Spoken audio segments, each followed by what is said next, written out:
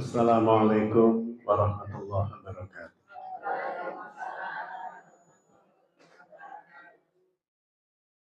Alhamdulillah, alhamdulillahilladzi arsala rasulahu bil huda wa dinil haq liyudhhirahu 'ala dini kulli wa kafa billahi syahida.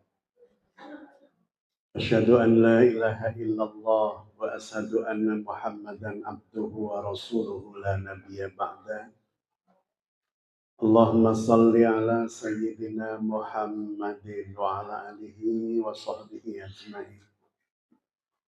Qala Allah Ta'ala fi Qur'anihil Karim, a'udzu billahi minasy syaithanir rajim.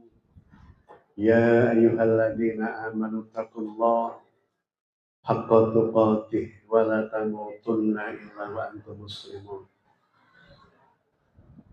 Amma ba'd. Alhamdulillah, para bunda yang dirahmati Allah, majelis taklim Raudhatul Ilm. Ini semuanya merah hati ya. Bulan depan saya tak pakai gamis merah hati. Biar sana. Terus begini Bu? Oh, Masya. Dan semoga suatu saat kita bisa umroh bareng. Majelis taklim Raudhatul Ilm. Dan kita ngaji bareng di pelataran Masjid Nabawi.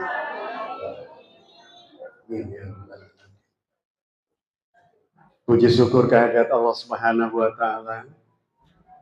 Di 9 Safar 1448 Hijriah, kita kembali dipertemukan oleh Allah Subhanahu wa Ta'ala di sebaik-baik majelis, sebaik-baik tempat, dan sebaik-baik waktu. Sebaik-baik majelis karena kita berada di Raudhah min Riyadil Jannah, kebun di antara kebun-kebun surga, yang mendatangi majelis seperti ini. Setiap langkah kita akan berbuah pahala dan melunturkan atau gogroknya dosa. Maka ketika kaki kita terangkat, semoga terangkat derajat kita di sisi Allah. Ketika kaki kita turun ke bawah, maka semoga dosa-dosa juga keluar dari hati kita, tubuh kita. Dan menghadiri majelis seperti ini menjadi asbab sahalallahu lahu thariqan ilal jannah. Menjadi sebab kata Rasulullah semakin dekatnya kita dengan atau semakin dimudahkannya kita dengan langkah-langkah menuju surga Allah Subhanahu wa Ta'ala. Dan yang ketiga yang sangat menggembirakan bersebab Allah Subhanahu wa Ta'ala melalui Kanjeng Nabi memesankan menghadiri majelis seperti ini menjadikan kula panjenengan sami masuk dalam kalimat Rasulullah, man yuridillahu bihi khairan. Siapa saja yang Allah berkehendak kebaikan atasnya, yufaqihu fiddin, maka Allah akan menjadikannya lebih paham dinnya, agamanya. Jadi para bunda yang dirahmati Allah, sehingga kehadiran panjenengan semoga ini menjadi isyarah atau perlambang bersebab Allah menginginkan kebaikan pada panjenengan semua. Salawat salam semoga senantiasa lidah lisan kita dimudahkan Allah, diringankan, memperbanyak salawat salam dumateng Kanjeng Nabi. Hati kita diyakinkan tanpa ragu bahwa sebaik-baik hamba yang Allah hadirkan untuk menjadi uswah dan qudwah, contoh terbaik dalam kehidupan kula panjenengan sami, boten wonten lintu kecuali hanya ada pada diri Rasulullah Sallallahu Alaihi Wasallam dan hamba-hamba yang Allah pilih jalannya untuk kita ikuti, sebagaimana doa 17 kali minimal dalam sehari kita mohon kepada Allah Subhanahu wa Ta'ala, siratal mustaqim, jalan yang lurus, yakni siratal ladzina an'amta alaihim, jalan yang Allah Subhanahu wa Ta'ala berikan nikmat kepada orang-orang yang ada di atas jalan itu. Dan kenikmatan puncak dari kehidupan adalah keberimanan dan ketakwaan. Jadi yang kita minta kepada Allah itu bukan kenyamanan. Yang kita minta kepada Allah adalah keimanan dan ketakwaan. Karena menetapi jalan iman dan takwa itu tidak selalu nyaman. Ya, tidak selalu nyaman. Kenapa? Karena keimanan dan ketakwaan itu menyelisihi syahwat, menyelisih nafsu. Padahal secara umum manusia itu lebih senang memperturutkan keinginan. Manusia itu lebih senang yang didapatkan itu apa yang diinginkan dibanding apa yang dibutuhkan. Jadi kadang manusia itu lebih menyukai, lebih menyenangi jika dia mendapat apa yang diinginkan dibanding apa yang dibutuhkan. Seperti secara umum kalau manusia itu mendatangi sebuah supermarket, ketika dia mendatangi supermarket, secara umum yang dibeli, secara umum ya, yang dibeli itu apa yang diinginkan bukan apa yang dibutuhkan. Sehingga ketika nyampe rumah, lapo mang tuku iki. Sehingga kadang setelah pesan COD, lapo mang pesen iki. Artinya seringkali mereka terjebak pada keinginan dan bukan apa yang mereka butuhkan. Maka monggo panjenengan kula sami sareng-sareng mirsani apa saja yang ada di rumah kita yang sejatinya kita tidak butuh. Tapi mereka ada di rumah kita bersebab keinginan yang jika tidak disedekahkan, urusannya akan panjang bersebab ujungnya pertanggungjawaban.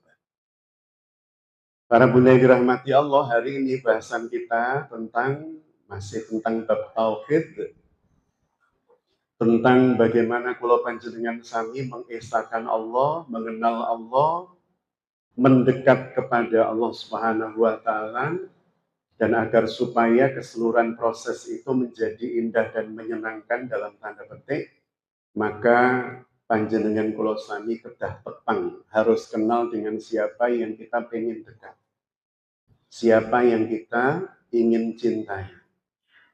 Dan Allah Subhanahu wa taala menyampaikan di dalam Al-Qur'an, walillahil asmaul husna fad'uhu biha.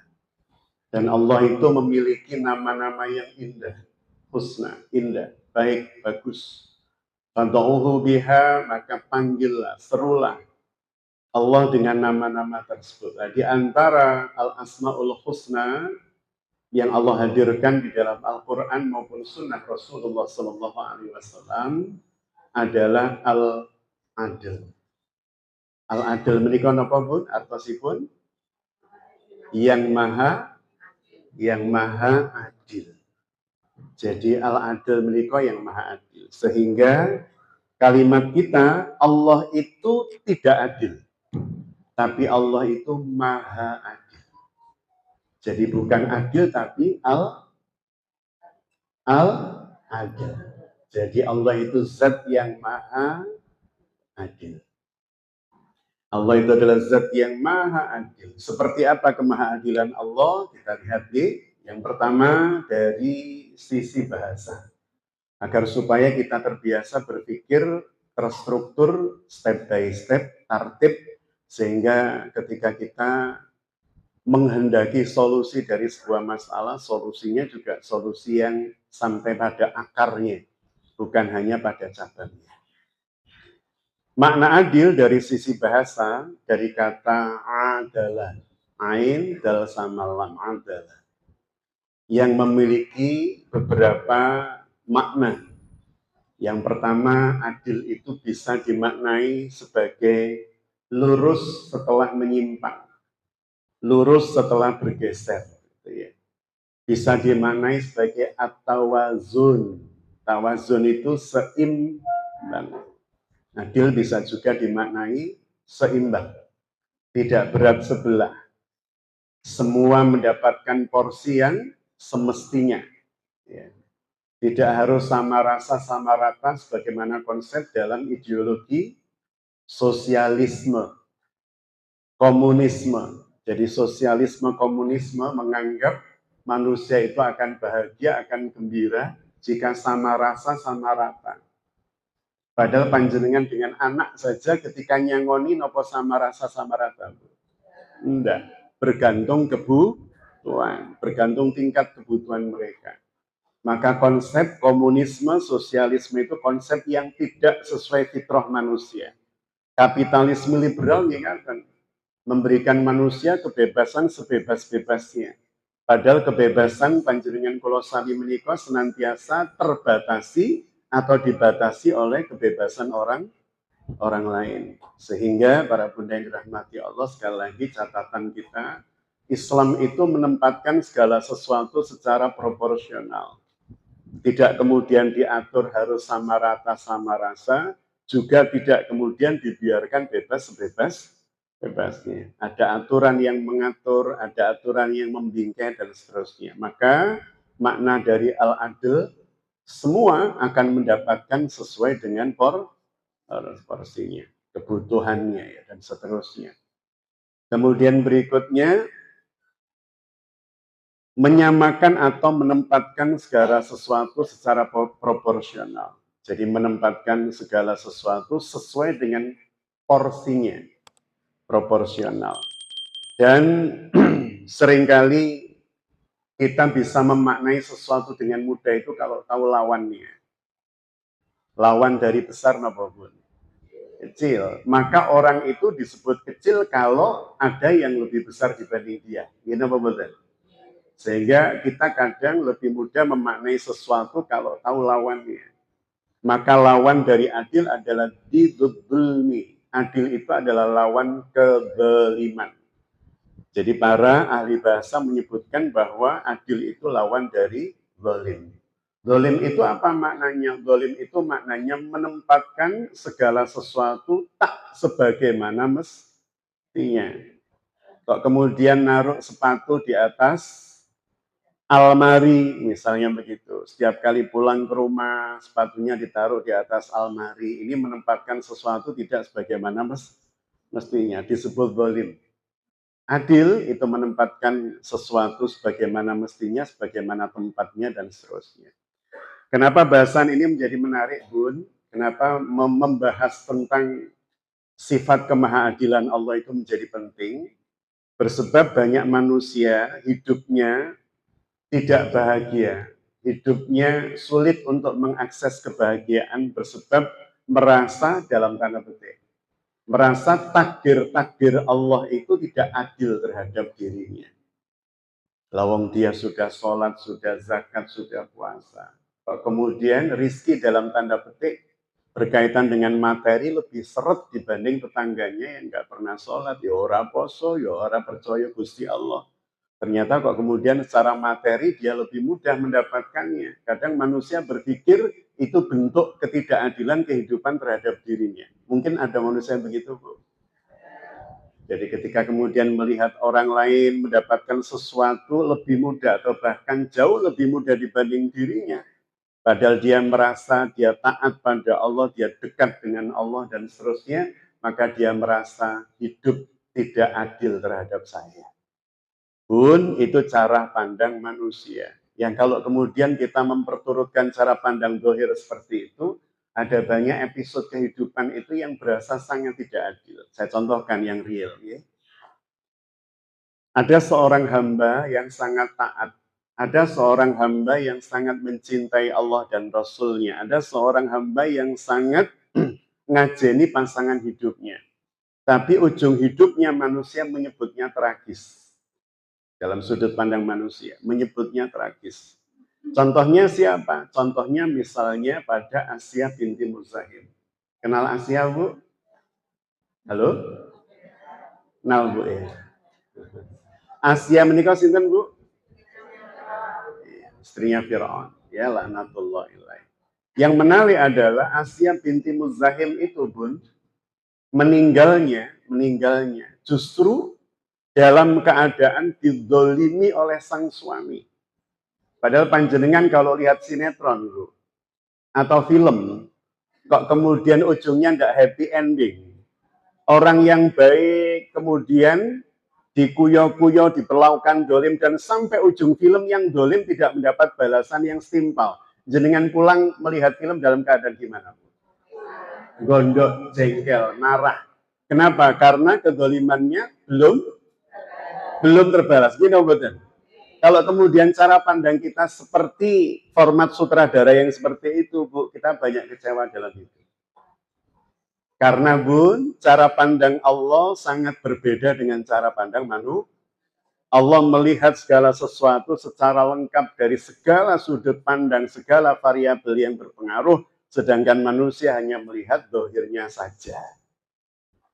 Panjenengan pernah dengar ada 4 wanita yang kelak menjadi penghulu surga? Pernah, Bu? Ada 4 wanita yang kelak akan menjadi penghulu wanita-wanita surga. Penghulu itu berarti sayyidah, itu berarti pemimpin wanita-wanita di surga. Yang paling masyhur, yang paling terkenal, yang paling elok, yang paling dekat dengan Allah, yang paling dimuliakan. Dan di antara 4 wanita tersebut, siapa Bu? 1, Hadijah. Hadijah binti Khuwailid. Hadijah, Bu, istri siapa? Rasulullah Muhammad Sallallahu Alaihi Wasallam. Ujung hidupnya, beliau ini lahir dari keluarga kaya raya, kemudian menikah dengan suami pertama seorang pengusaha besar, menikah dengan suami kedua seorang pengusaha luar biasa, kekayaannya berlimpah ruah, bersebab penyatuan antara kebangsawanan, kekayaan beliau dengan suami pertama dan keduanya. Dan menikah ketiga dengan Muhammad bin Abdullah.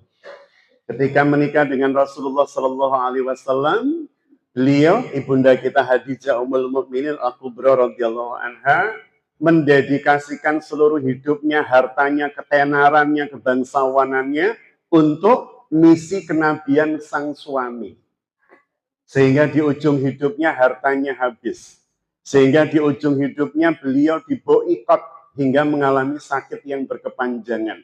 Sehingga di ujung hidupnya beliau meninggal tidak di atas peraduan yang empuk, rumah yang nyaman, tetapi di atas pangkuan sang suami di tempat yang secara dohir orang melihat mesakni.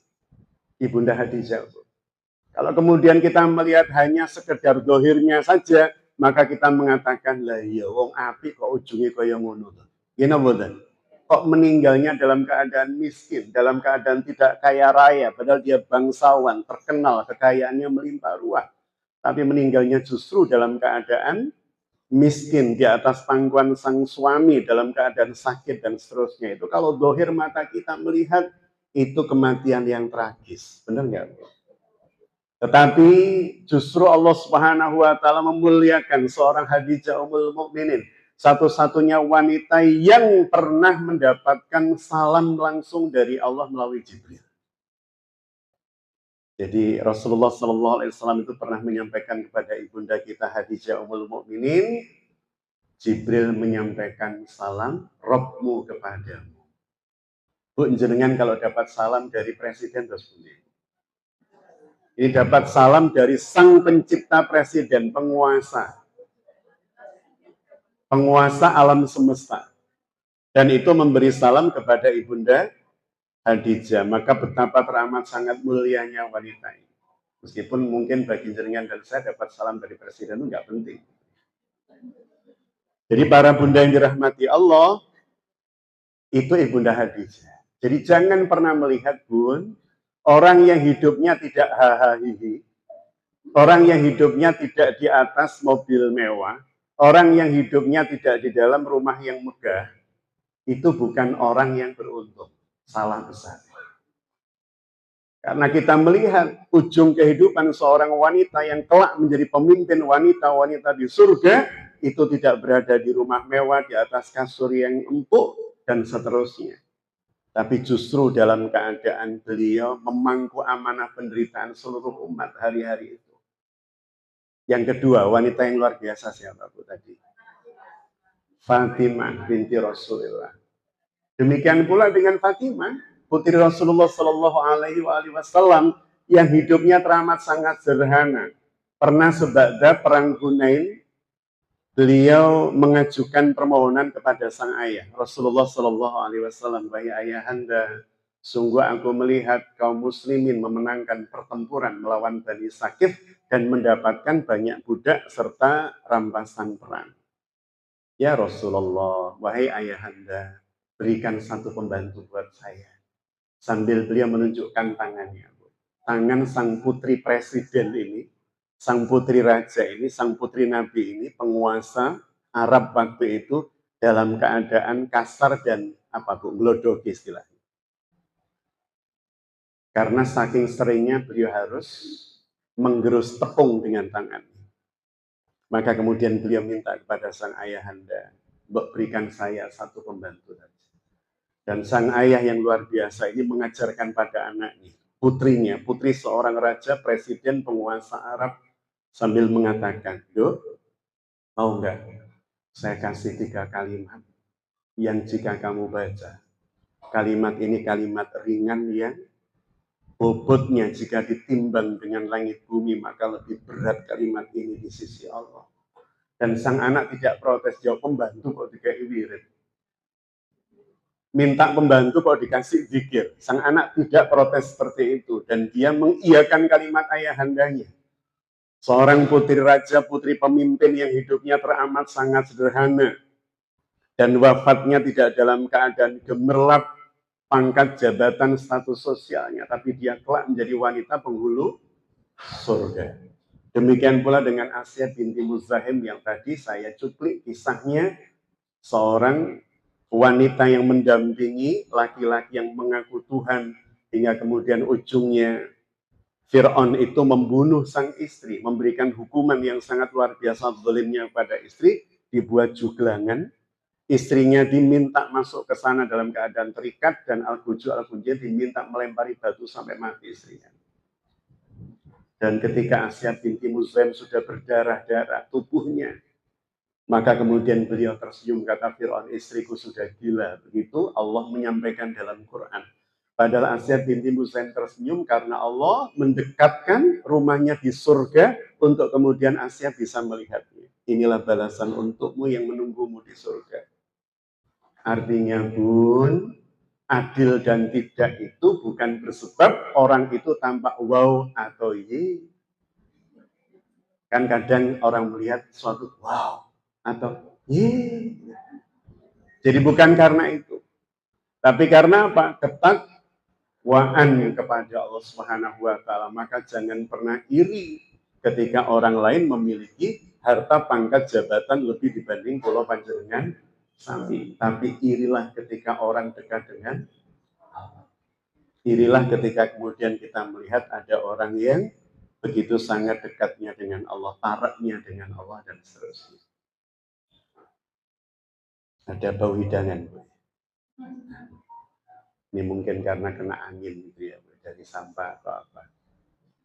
Jadi para bunda yang dirahmati Allah, itu catatan pertama. Agar supaya panjenengan ketika saya membahas keadilan dan kemahadilan Allah itu tidak kemudian cara pandang kita itu frame-nya salah. Jadi saya tunjukkan di awal seperti ini loh orang-orang yang Allah muliakan yang ternyata tidak selalu gemerlap hidupnya, tidak selalu gampang dan mudah, tetapi justru kemudian Allah Subhanahu wa taala berikan kepada mereka kenikmatan berupa apa, Bu? Ketahanan terhadap ujian hidup. Mereka bisa menikmati hidup di tengah-tengah ujian yang tidak gampang. Di saat yang sama ada orang yang ujiannya remeh, receh, itu sudah bengak-bengok tidak karuan. Maka para bunda yang dirahmati Allah itu sebagai frame kita, bingkai kita, agar supaya cara pandang kita tentang keadilan Allah tidak keliru, tidak salah. Yang kedua, makna adil secara istilah syar'i, kalau tadi makna bahasa, Bu ya. Jadi para bunda yang dirahmati Allah, ketika kita mengistinbat hukumkan sebuah ayat atau hadis, itu biasanya para ulama melihat yang pertama dari sisi etimologi, makna bahasanya. Yang kedua makna istilah atau makna syar'inya seperti apa. Nah, makna syar'i dari adil adalah i'ta'u kulli haqqun haqqah. Memberikan kepada setiap pemilik hak haknya. Memberikan kepada setiap pemilik haknya. Maksud dalam ngeten. Maksud para ulama kok maksud dalam ya. Maksud para ulama begini, Bu. Allah Subhanahu wa taala punya hak bukan? Punya hak atau enggak, Bu? Dari kita. Punya. Kita punya hak enggak, Bu, dari Allah?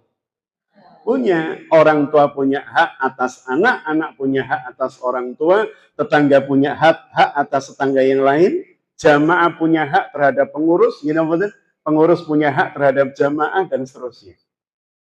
Artinya yang dimaksud dengan keadilan adalah ketika panjenengan kula sami menunaikan hak dari para pemilik hak tersebut. Contohnya, hak anak atas orang tua apa, Bun? Hak anak atas orang tua. Disayangi, didoakan, memberikan pendidikan, perlindungan, pembimbingan, dan seterusnya, dan seterusnya. Ada kasus begini, Bun. Sayyidina Umar Ibn Khattab radhiyallahu anhu suatu hari didatangi seorang bapak yang menyeret-nyeret anaknya, membawa anak. Dan dia keluhkan seluruh kekurangan anaknya di hadapan sang khalifah. Kita tahu Sayyidina Umar itu sahabat Kanjeng Nabi yang memiliki lakab atau julukan Al-Faruq. Al-Faruq itu sang pembeda. Saking dahsyatnya beliau bisa membedakan mana hak dan batil, maka kemudian Rasul menjulukinya Al-Faruq. Dan banyak di antara kalimat Umar itu yang ujungnya menjadi ayat, ayat Quran. Ya, suatu saat mungkin kita akan bahas. Jadi, suatu hari ada seorang bapak nyeret-nyeret anaknya di hadapan Sayyidina Umar. Sambil kemudian mengungkapkan semua keburukan anaknya. Begini loh Khalifah, anak saya ini bla bla bla bla bla. Apa yang kemudian dilakukan oleh Sayyidina Umar kepada anak tersebut? Ketika kemudian Sayyidina Umar akan menasehati, anak ini kemudian mengangkat tangannya. Wahai Khalifah, boleh nggak? Sebelum panjenengan menasehati saya bertanya. Maka kata Sayyidina Umar, tafadhal, monggo, silahkan nak, apa yang kamu tanyakan? Wahai Khalifah, ada nggak hak anak terhadap ayahnya? Hak anak dari ayahnya? Kata Khalifah ada. Apa hak anak dari ayahnya? Hak anak dari orang tuanya? Maka Umar Ibn Khattab kemudian mengatakan, semua laki-laki, calon suami, calon bapak, wajib untuk mencari pasangan atau ibu terbaik buat anaknya nanti. Jadi salah satu hak anak adalah mendapatkan ibu terbaik. Dan mendapatkan ibu terbaik itu kewajiban memilihnya ada di atas pundak ayah. Jadi semua anak itu berhak untuk mendapatkan ibu terbaik dari pilihan ayahnya. Jadi hak anak yang pertama atas orang tuanya adalah ketika mereka memilih pasangan, pilih yang terbaik, yang solihah, yang bisa membimbing anak, yang bisa mendampingi, yang bisa ngajari, yang bisa membersamai, yang bisa mendoakan dengan benar. Dan kemudian sang anak menyampaikan pada Khalifah, sungguh ayahku tidak memberikan hakku itu, wahai Khalifah. Karena tidak menikahi seorang wanita yang bisa mendidikku, tidak mengajari aku untuk dekat dengan Allah, mengenal Rasulnya, bla bla bla bla bla bla.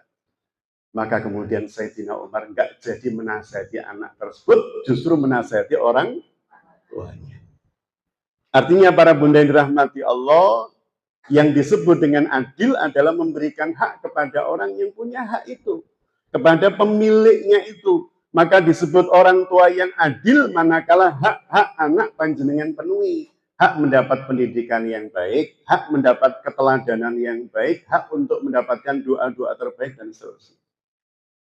Maka jangan pernah menuntut kewajiban anak terhadap kita jika kita belum memberikan hak-hak mereka. Masya Allah. Itu Bu prinsip keadilan dalam Islam. Jadi hak Allah diberikan kepada Allah. Apa hak Allah? Kita ibadahi, kita agungkan, kita kultuskan, kita tauhidkan, ya. Kita taat kepadanya, dan seterusnya. Itu hak Allah. Hak kita apa Bun? Dari Allah Subhanahu wa Ta'ala. Hak Allah, kewajiban Allah terhadap setiap hamba adalah memberikan pemenuhan terhadap kebutuhan-kebutuhannya. Repotnya begini Bu, repotnya. Kita itu kadang tidak bisa membedakan antara keinginan dan kebutuhan. Jadi kewajiban Allah itu adalah memberikan apa yang kita butuhkan, bukan memberikan apa yang kita. Ketika panjenengan berdoa, bermunajat, loh Ustadz katanya dalam surah Al-Ghafir ayat 60, Allah Subhanahu wa Ta'ala memerintahkan kita berdoa.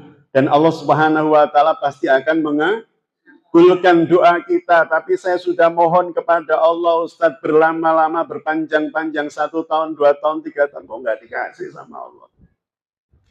Saya kemarin membaca sebuah berita, Bu, di Yordan atau Yaman, saya lupa. Ya. Jadi ada seorang wanita 63 tahun usianya, baru hamil anak pertama. Setelah dia bermohon kepada Allah terus-menerus dalam permohonan yang panjang lama, 63 tahun. Insya Allah.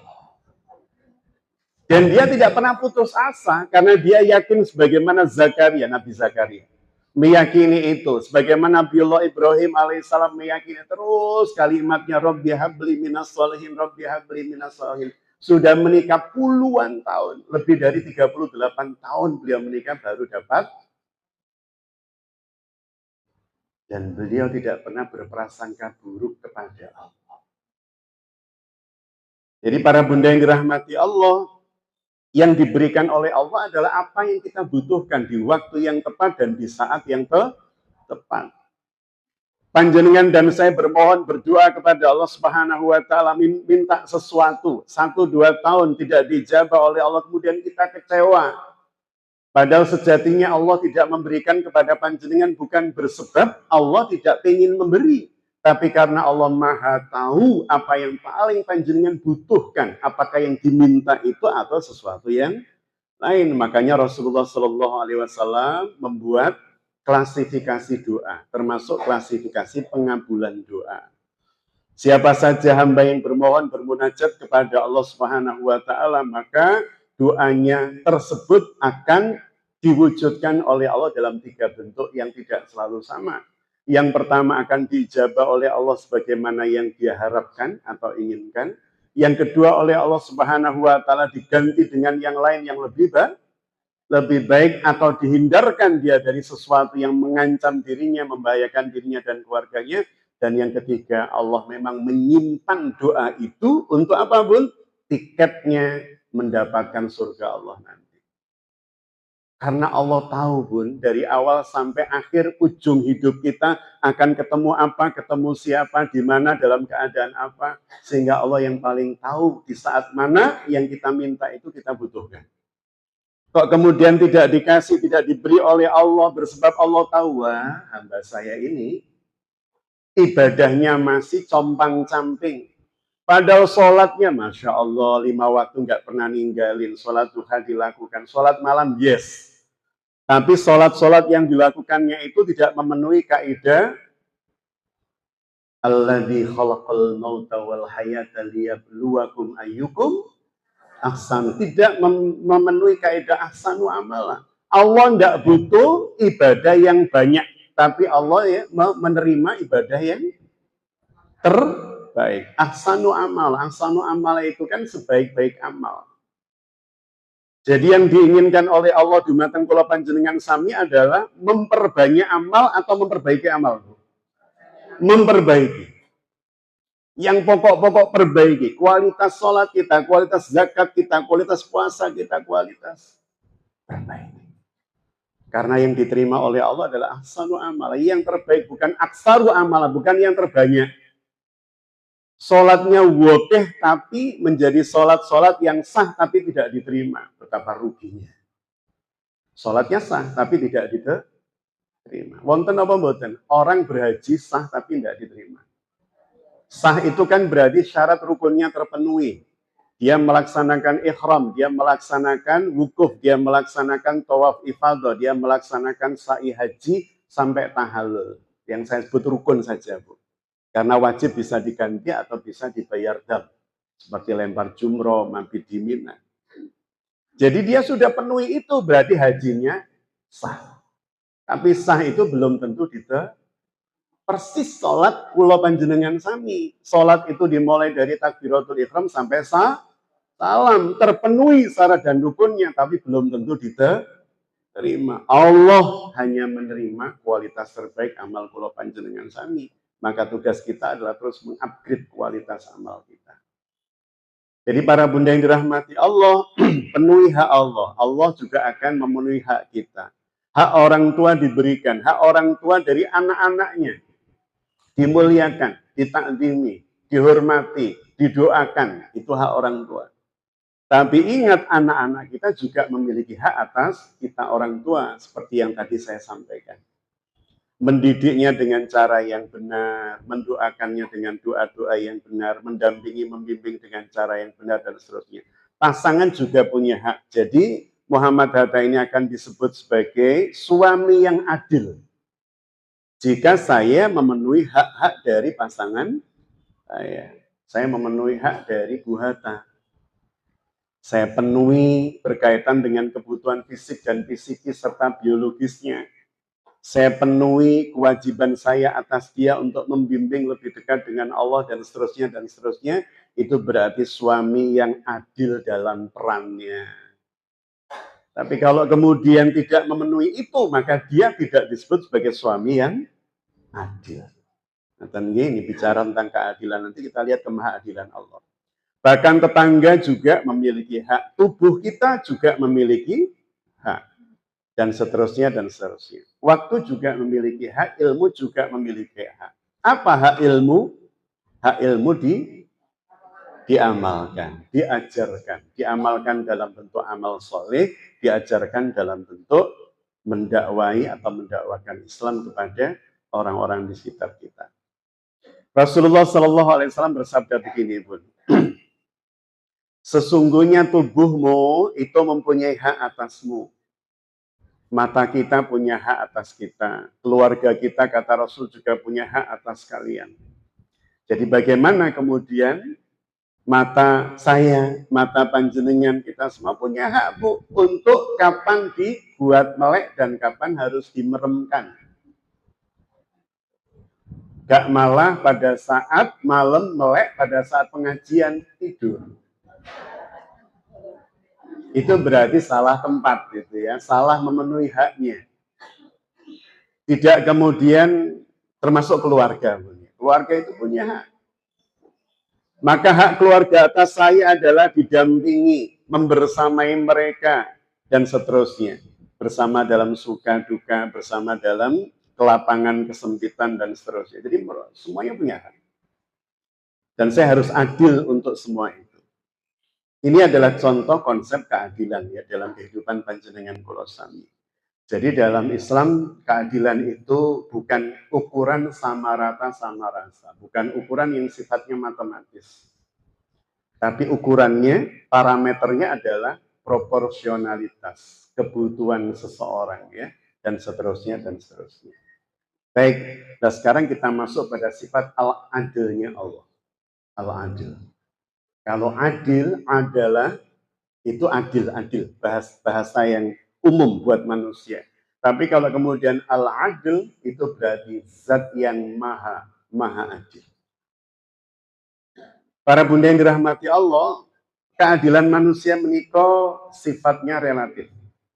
Kecuali kalau dia disandarkan pada kemahaadilan Allah, maka sifatnya jadi mutlak. Maksud dalam mengatakan, penilaian guru atas murid itu tidak mungkin objektif 100%.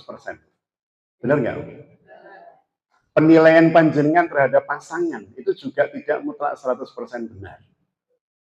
Selalu ada ruang-ruang yang tidak kita ketahui. Selalu ada ruang-ruang yang kita tidak pahami.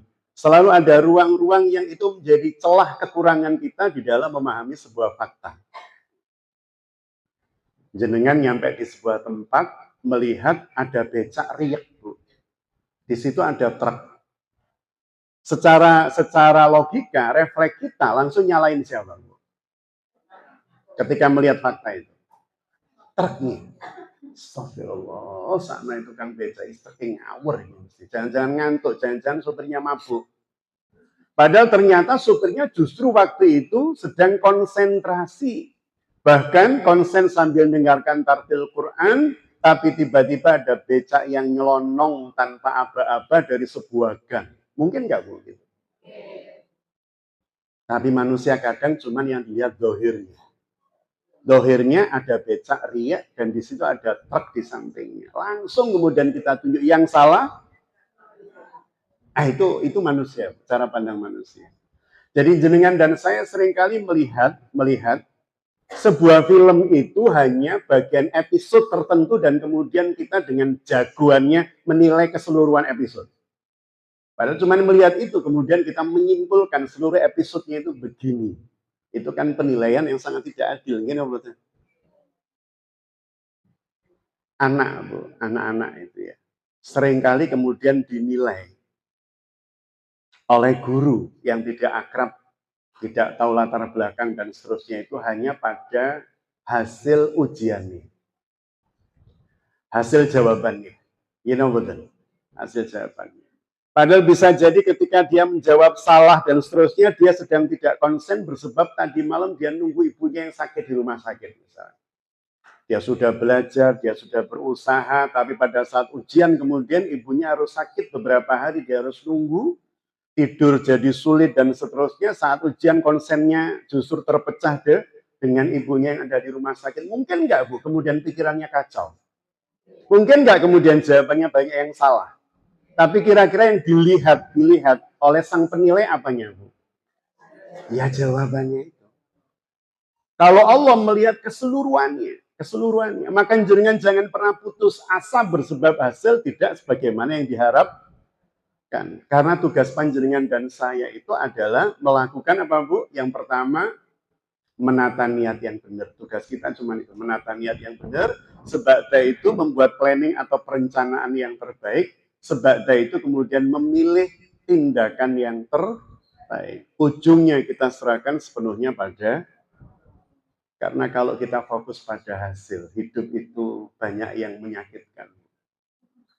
Kalau kita cuma fokus pada hasil. Dan repotnya banyak orang itu menilai, menimbang, menakar sesuatu itu hanya pada ujung, pada hasil. Dia tidak melihat proses. Enak ya, jadi YouTuber itu gini-gini tok loh, uangnya banyak. Akhirnya dia yang sudah diberikan oleh Allah potensi untuk menjadi, misal apa? Menjadi seseorang atau sesuatu ya, sebuah profesi itu ya. Untuk menjadi profesi tertentu, dia tidak dalami, tiba-tiba banting setir karena melihat, oh ternyata jadi YouTuber itu cari duit lebih gampang, lebih mudah. Dia tidak melihat prosesnya.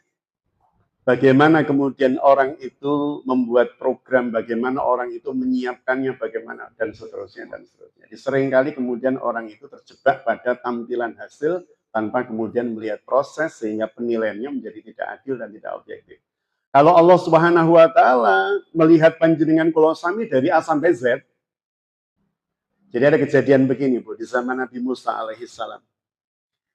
Jadi di zaman Bani Israel, ada kisah malaikat Jibril menunjukkan kepada Nabi Musa, mungkin kalau kita seperti di Nopongi, ditunjukkan visualisasi kayak bioskop begitu.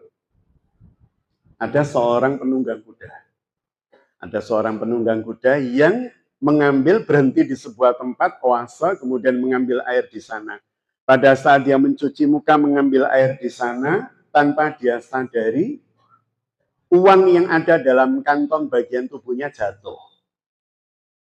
Kemudian dia naik kuda, pergi. Uangnya itu jatuh. Nabi Musa pengen bengok sudah. Pak, duit sampean jatuh. Tapi Jibril sudah bilang, jangan pernah komentari apapun yang kamu lihat. Sebagaimana kasusnya Nabi Musa dengan Nabi Khidir. Kemudian sebagai itu ada anak kecil jalan, Bu. Anak kecil jalan ke oase itu untuk ngambil air. Ketika dia mau ngambil air, dia melihat ada apa tadi? Ada uang, ada kantong uang. Dan dilihat ada uang. Dan dia sedang sangat butuh untuk keluarganya. Dia kemudian bilang, alhamdulillah ya Allah, ini rezeki dari panjenengan. Dibawa oleh anak itu. Nabi Musa pengen bilang, itu bukan hakmu. Di stop oleh Jibril. Ojo ngomong. Sampai kemudian yang ketiga, ada seorang sepuh yang datang ke tempat tersebut, ke oase tersebut. Dia mengambil air. Orang agak tua. Dan pada saat dia ngambil air, si penunggang kuda itu pas balik, Bu. Dia yakin uangnya jatuh saat dia mencuci wajah tadi itu bersih-bersih. Dan ternyata di sana ada siapa tadi, Bu? Orang tua itu. Ditanya, Pak, jenengan apa pirsa bundelan uang saya? Enggak, Bohong, jenengan pasti tahu, pasti jenengan ambil. Enggak katanya. Sampai kemudian berkelahi dan orang tua itu meninggal. Coba Bu, kalau jenengan lihat episode itu, siapa yang jenengan salahkan? Orang tua itu pantas gak Bu meninggal? Nggak pantas. You know what? Kalau kita melihat episode itu, nggak pantas.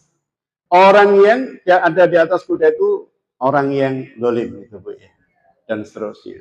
Tapi sebab Nabi Musa melihat semua episode dijelaskan oleh Jibril, dan anak itu benar-benar anak yang tidak sopan, masa bukan haknya diambil. Kan begitu Bu cara pandang kita.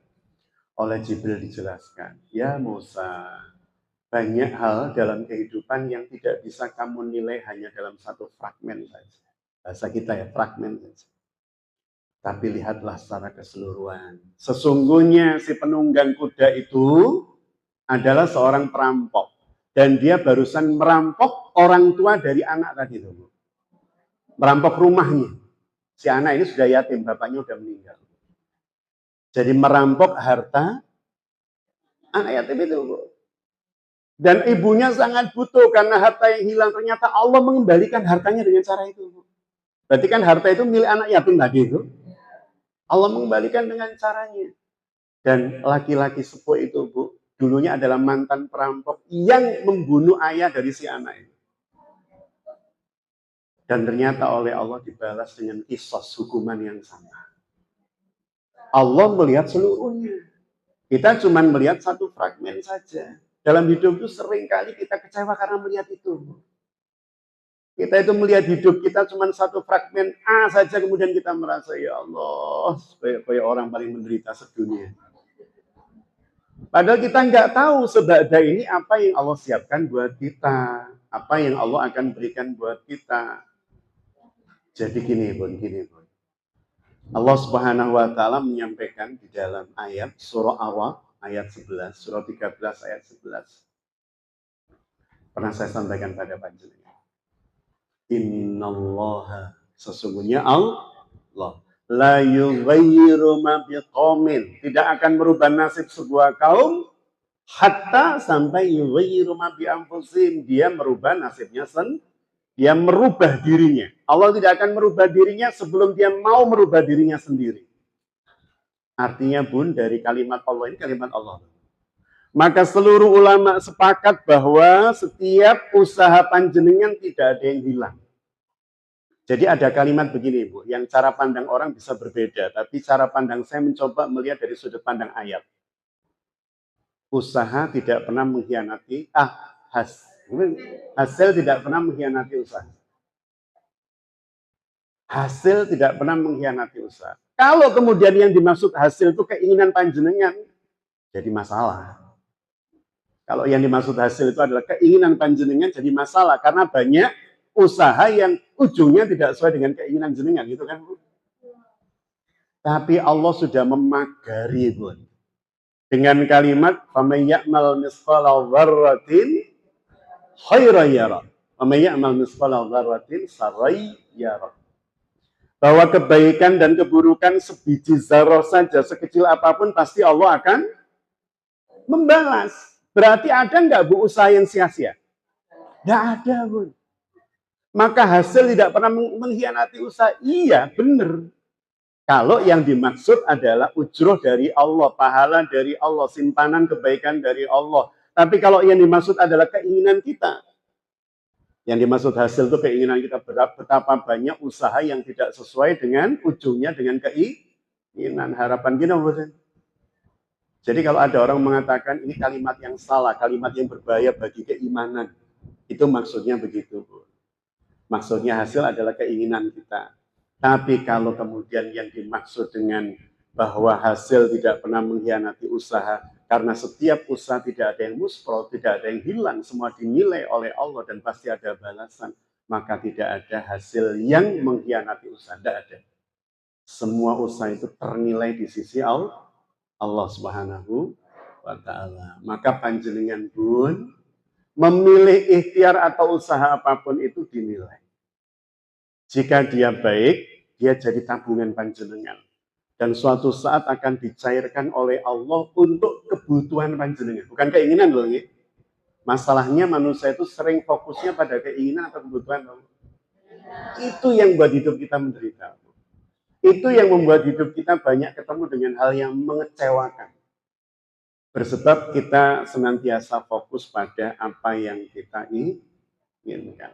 Bukan kemudian apa yang kita butuhkan. Allah melihat seluruh episode hidup kita dan Allah tahu Muhammad Hatta yang kamu butuhkan tahun sekian di tempat ini dalam keadaan seperti ini adalah sakit. Yang paling kamu butuhkan sakit. Maka kemudian Allah menakdirkan saya sakit. Muhammad Hatta di tahun ini, waktu ini dan seterusnya. Takdir yang paling kamu butuhkan adalah ini, kelapangan. Maka Allah memberikan kelapangan dan seterusnya. Masa Bu orang butuh sakit? Mungkin nggak Bu orang butuh sakit? Halo? Butuh. Untuk apa? Untuk bisa mensyukuri sehat. Untuk apa? Untuk menjaga diri dari hal-hal yang bisa menjatuhkan dia dalam keadaan sakit. Untuk apa? Ada banyak hal. Ada banyak hal. Jadi sakit itu sebuah kebutuhan dalam hidup, dalam tanda petik loh, ya. Tidak kemudian sakit kebutuhan berarti saya harus menyakitkan diri saya. Enggak. Maksudnya hidup itu membutuhkan sakit, hidup secara keseluruhan. Itu butuh sakit di dalamnya. Untuk apa? Allah menghantarkan rizki pada seseorang. Bisa jadi pada dokter, perawat, tabib, bidan, karena dengan sakit itu kemudian Allah menciptakan jalan-jalan rizki buat banyak orang. Lapang juga butuh, lapang juga menciptakan lahan-lahan rizki buat banyak orang. Ketika panjenengan lapang, kemudian merasa, kok pengen ya sama anak-anak, apa misalnya, umroh bareng. Maka Allah kemudian menciptakan, apa misalnya Bu, pesawat. Allah menciptakan orang untuk berpikir tentang penginapan, tentang seragam, tentang koper, tentang macam-macam. Jadi setiap keadaan yang panjenengan dan kula alami itu menciptakan peluang orang untuk menjemput rizki Allah. Semuanya peluang. Jadi tidak ada yang sia-sia yang Allah Subhanahu wa taala tetapkan dalam hidup. Jadi para bunda yang dirahmati Allah, ketika kemudian kita bicara adil ya, kemahaadilan versi Allah Subhanahu wa taala adalah keadilan yang melihat keseluruhan episode kehidupan manusia. Sehingga kemahaadilan Allah itu pasti sempurna dan mutlak. Tidak ada takdir Allah yang salah bersebab Allah melihat semuanya. Dan setiap pilihan panjenengan itu akan menghasilkan takdir yang berbeda. Setiap pilihan kita. Allahu yahdi mayyasha wa yudhillu mayyasha. Allah menunjuki orang-orang yang dikehendaki dan Allah menyesatkan orang-orang yang dikehendaki. Kira-kira kalau kita membaca kalimat itu tok, berasa tidak adilnya Allah atau adilnya Allah? Coba saya ulangi. Dan Allah menunjuki orang yang dikehendaki dan Allah menyesatkan orang yang dikehendaki. Kalau kita cuma baca ini tok, kelihatan Allah adil atau enggak? Enggak adil. Tapi kan kita kaitkan dengan ayat yang lain tadi itu, innallaha la yughayyiru ma biqaumin hatta yughayyiru ma bi anfusihim. Jadi yang dimaksud dengan Allah menunjuki orang yang dikehendaki itu maksudnya, Bu, setiap panjenengan kula sami itu kan diberi kehendak untuk memilih. Ketika kita memilih, hasilnya sudah Allah siapkan. Itu kehendak Allah sudah. Kalau kamu memilih ini, hasilnya ini loh. Kalau kamu memilih ini, hasilnya ini loh. Artinya Allah Subhanahu wa taala menyesatkan orang yang dikehendaki jika dia memilih itu. Allah menunjuki orang yang dikehendaki jika dia memilih itu. Pilihan tetap pada panjenengan dan saya. Kemampuan memilih itu kan kita, Bu. Jenengan nanti keluar dari masjid ini mau pilih kiri atau kanan kan terserah kita. Ketika kemudian belok ke kanan ketemu sama bakul apa sehingga pengen belanja bla bla bla misal. Ketika belok kiri nggak ketemu apa-apa, bebas nyampe di rumah dompet utuh. Itu kan pilihan nggak Bu? Mau pilih belok kanan atau belok kiri, mau melewati apa dan itu pilihan kita. Jadi memilih itu hak kita, tapi ujungnya Allah yang menentukan. Kalau kita milih ini, Allah sudah siapkan takdirnya ini. Kalau kita milih ini, Allah sudah siapkan pasangannya ini. Jadi setiap pilihan kita akan ada takdir-takdir yang menyertai. Duduk seperti ini pun itu pilihan kita. Kecuali kalau sudah nggak ada tempat duduk sama sekali, cuman di situ tok, itu sudah terpaksa kita duduk di situ. Tapi kan kita hadir terlambat atau tidak juga pilihan kita yang menentukan tempat duduk kita. Clear nggih, Bu nggih? Sehingga pada saat panjenengan duduk, kemudian memilih dekat kipas misalnya. Saya pilih duduk yang dekat kipas. Apa? Biar nyaman. Ketika kemudian panjenengan duduk dekat kipas, kipasnya pas agak dikerasin, sehingga kemudian jenengan merasa bukan hanya nyaman, tapi sangat nyaman sampai ngantuk. Yaitu pilihan kita. Ada yang kemudian milihnya, saya tak cari tempat yang jauh dari kipas, biar nanti tidak merasa sangat nyaman, ngantuk, dan seterusnya, biar saya bisa fokus. Itu pilihan jenengan. Ada orang yang, saya tak dekat dengan bu itu, agar supaya apa? Bu itu kalau pas sudah dengarkan kajian, Masya Allah sudah fokus dengan catatannya dan seterusnya. Dan seringkali kalau saya nggak bawa pulpen dipinjemi. Dan ketika saya mau mengembalikan, nggak usah Bu, bawa saja. Saya tak jijir Bu itu. Dia pulang bawa pulpen baru gitu kan. Itu kan pilihan-pilihan Bu. You know what? Jadi setiap pilihan itu akan menghadirkan atau menghasilkan takdir-takdir yang Allah sudah tetapkan. Tapi jadi jangan menyalahkan Allah karena memilih itu hak kita. Clear nggih? Baik. Itu kemahaadilan Allah Subhanahu wa taala. Maka Allah menyampaikan dalam suratul Kahfi ayat 49. A'udzu billahi minasyaitonir rajim wa la yadzlimu rabbuka ahada. Tuhanmu tidak mendolimi seorang pun. Kalau mereka itu sempit hati, kalau mereka itu gampang protes, kalau mereka itu ngamuan, kalau mereka itu, ya itu pilihannya, pilihan sikap. Ada seorang supir taksi, Bu. Pernah mungkin saya ceritakan di sini atau di tempat lain. Ini kisah nyata, Bu. Saya baca dalam bukunya Pak Parlindungan Marpaung.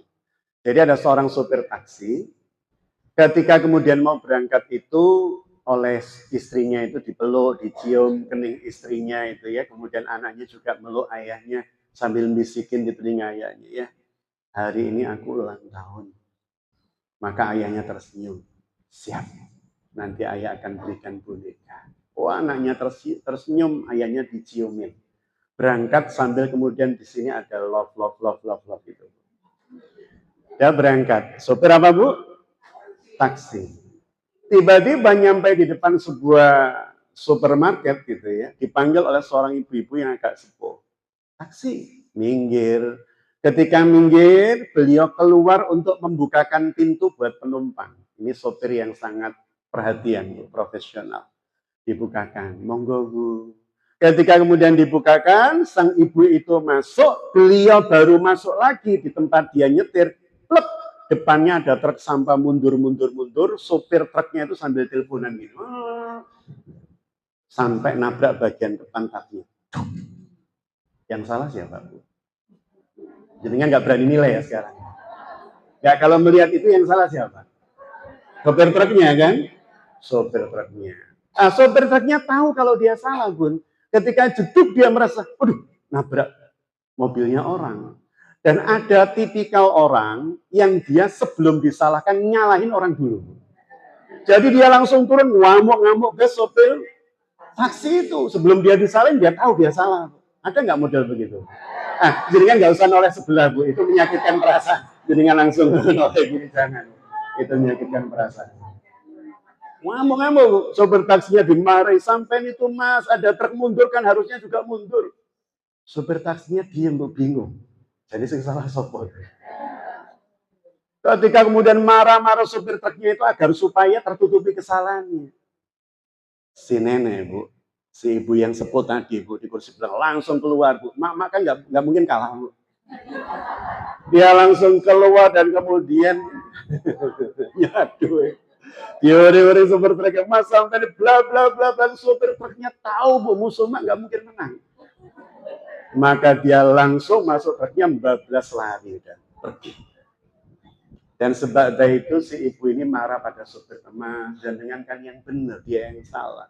Kenapa tadi jenengan dimarahin diam saja? Apa bukan sopir taksi? Dia bukan muslim loh. Si sopir taksi bukan muslim, tapi kalimatnya begini. Ketika kemudian dia dibilangi si mbah, si nenek tadi, sampai kan benar Thomas, harusnya kan bisa membalas tuh marahnya tuh.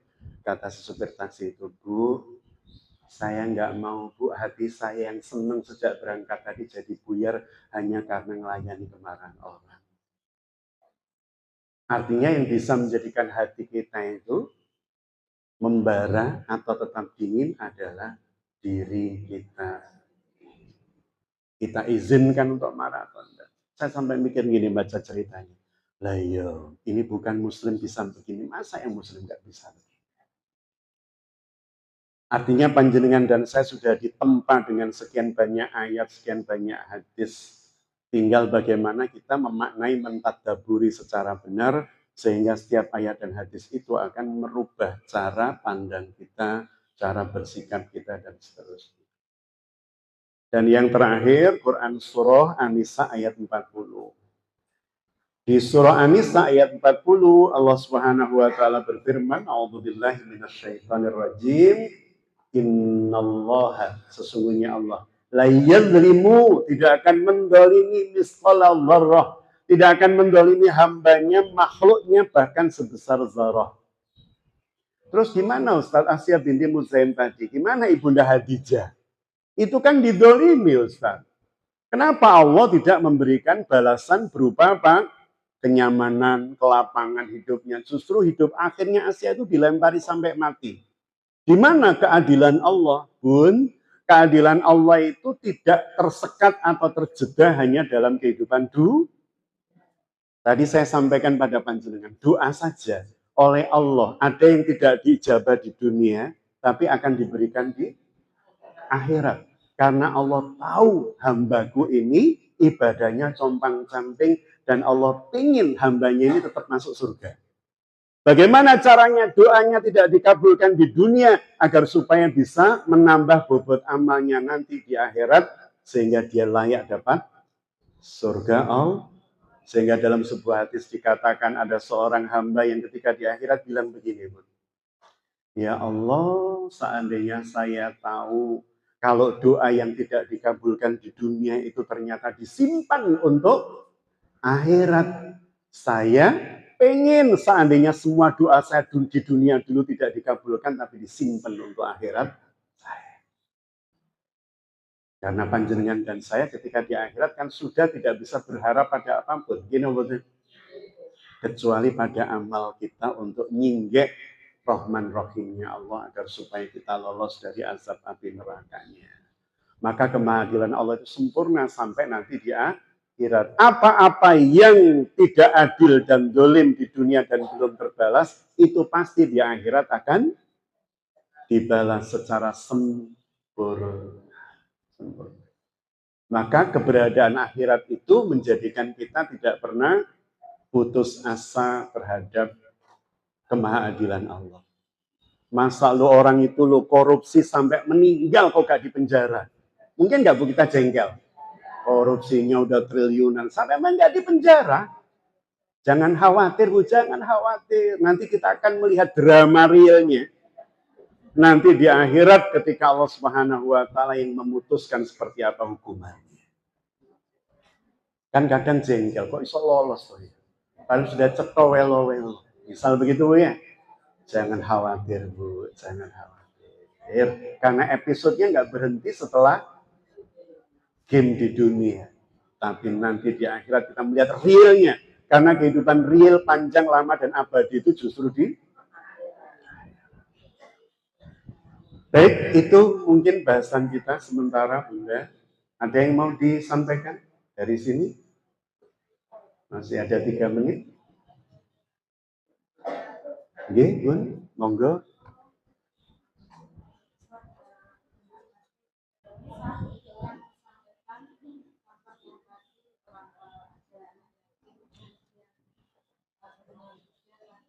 Nggih. Nggih.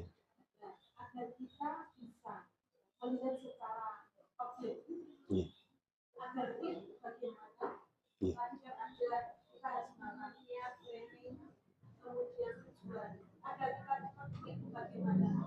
Ya, ini pertanyaan menarik.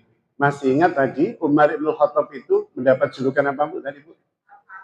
Al-Faruq, sang pembeda. Kenapa beliau disebut sang pembeda? Karena punya apa yang disebut dengan basirah. Basiro itu cara pandang orang yang tidak terjeda atau tersekat oleh apa yang di depan mata. Jadi dia dituntun oleh Allah hatinya untuk tidak gampang menyikapi sesuatu dengan A, B, C. Tapi dia mendapat tuntunan dari Allah. Hatinya untuk tidak gampang menghukumi, tidak gampang menyikapi sesuatu dengan apapun namanya instan. Tadi diberi oleh Allah basirah. Basirah itu kemampuan melihat sesuatu yang dalam tanda petik. Ada nggak Bu orang yang membaca sesuatu, sama-sama membaca sesuatu, yang satu tidak menangkap makna yang luar biasa, yang lain bisa menangkap sesuatu yang luar biasa. Itu namanya basirah.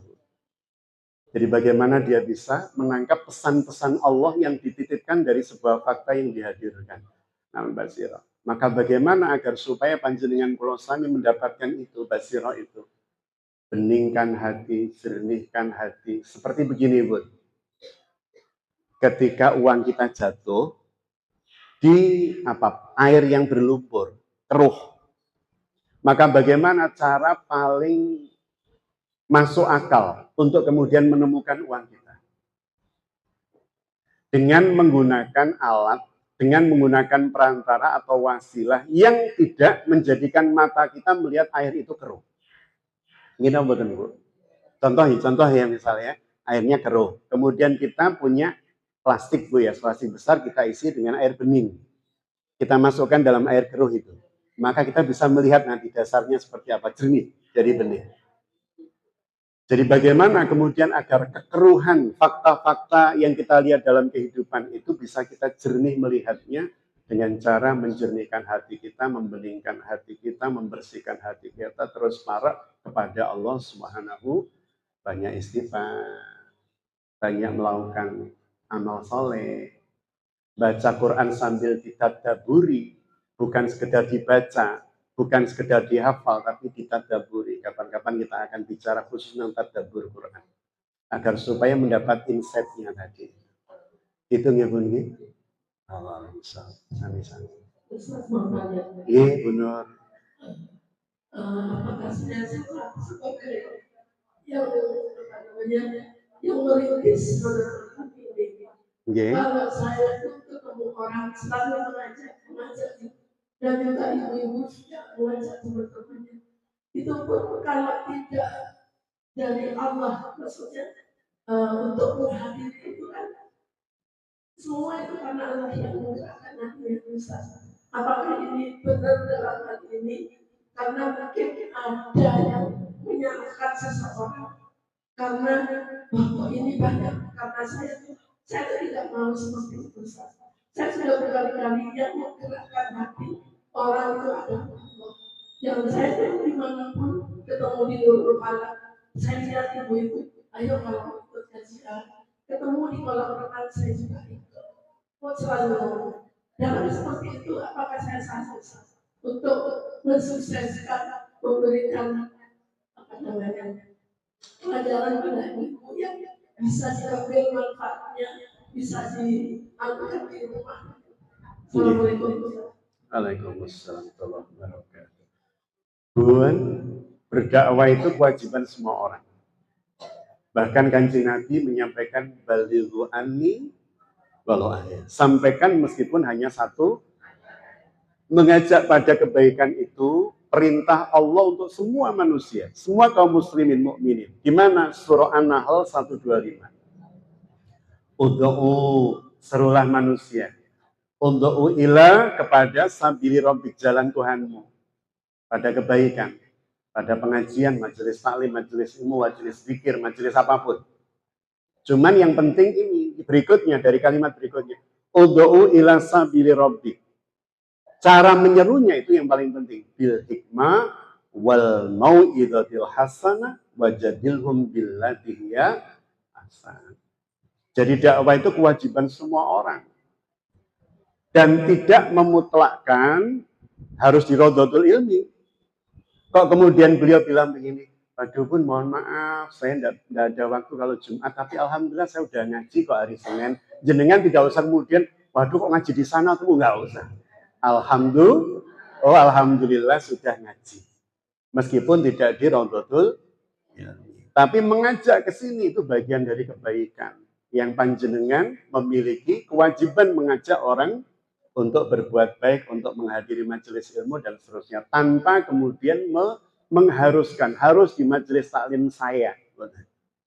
Majelis taklim siapapun. Yang semoga majelis taklim itu juga semakin besar, semakin berkembang ya, dan seterusnya dan seterusnya. Karena intinya dalam hidup itu bagi seorang muslim mukmin adalah fastabiqul, berlomba dalam kebaikan. Bukan bertarung loh Bu. Kalau bertarung itu berhadapan begini. Kalau berlomba itu kita searah menuju ridho Allah. Menuju ridho Allah. Hitung-hitung. Belum. Jadi tidak apa-apa. Ngajak orang, bahkan itu kewajiban kita. Ngajak orang berbuat baik, ngajak orang kenal Allah. Itu boleh. Mungkin satu lagi yang Ibu anak ini. Apa masih ada Bu? Ada. Oh sudah, waktunya sudah habis.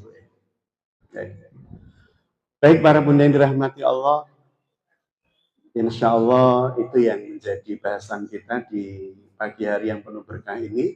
Semoga ada kebaikan, kebermanfaatan, kagem panjenengan kula sami dalah keluarga, dan semoga majelis taklim ini dan majelis-majelis taklim yang lain menjadi wasilah panjenengan kula sami mendapatkan keridhaan Allah Subhanahu wa taala, keberkahan hidup, persahabatan dan pertemanan yang langgeng sampai surga Allah Subhanahu wa taala. Demikian Bunda yang dirahmati Allah, teriring doa panjenengan sedanten dipun paringi oleh Allah teranugerai keluarga yang sakinah mawaddah warahmah wabarakatuh, putra putri dzurriyyah ingkang sholih sholihah, qurrata a'yun, anak-anak yang menjadi penyejuk pandangan mata, penentram hati, pembela orang tuanya kelak di yaumil hisab. Jazakumullah khairan katsiran, billahi taufiq wal hidayah. Assalamualaikum warahmatullahi wabarakatuh. حزن واهجر فؤادا توكل بجد بعزم